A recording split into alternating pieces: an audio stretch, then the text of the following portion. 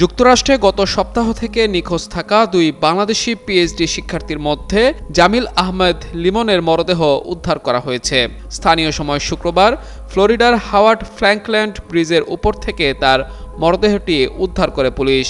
এই ঘটনায় লিমনের roommate Hisham Abu ঘরবেহকে গ্রেফতার করা হয়েছে। গ্রেফতার হওয়া হিশাম ইউনিভার্সিটি অব সাউথ ফ্লোরিডার একজন সাবেক শিক্ষার্থী।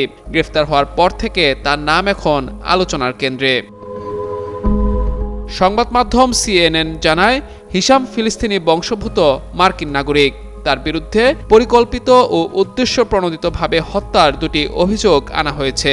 হিলসবোরো কাউন্টি শেরিফের কার্যালয় এসব তথ্য নিশ্চিত করেছে।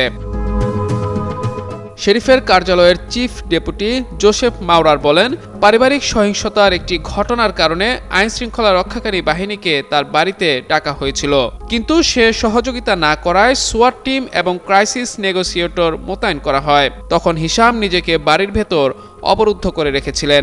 গ্রেফতারের সময়কার একটি ভিডিওতে দেখা যায়, বাড়ির সামনে একটি সাজোয়া যান দাঁড়িয়ে আছে এবং হিশাম কোমরের তোয়ালে বাঁধা অবস্থায় হাত তুলে বেরিয়ে আসছেন। হিশামের বিরুদ্ধে মারধর ও শারীরিকভাবে আঘাত করা, জোর করে আটকে রাখা, প্রমাণ নষ্ট করার চেষ্টা, মৃত্যুর ঘটনা না জানানো ও মৃতদেহ অবৈধভাবে সরানোর অভিযোগ আনা হয়েছে।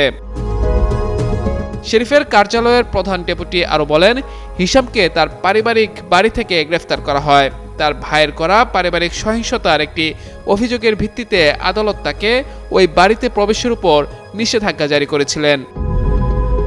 এদিকে হিশাম আবু গরবেহকে এর আগেও অন্তত দুবার আইনশৃঙ্খলা রক্ষাকারী বাহিনী জিজ্ঞাসাবাদ করেছে।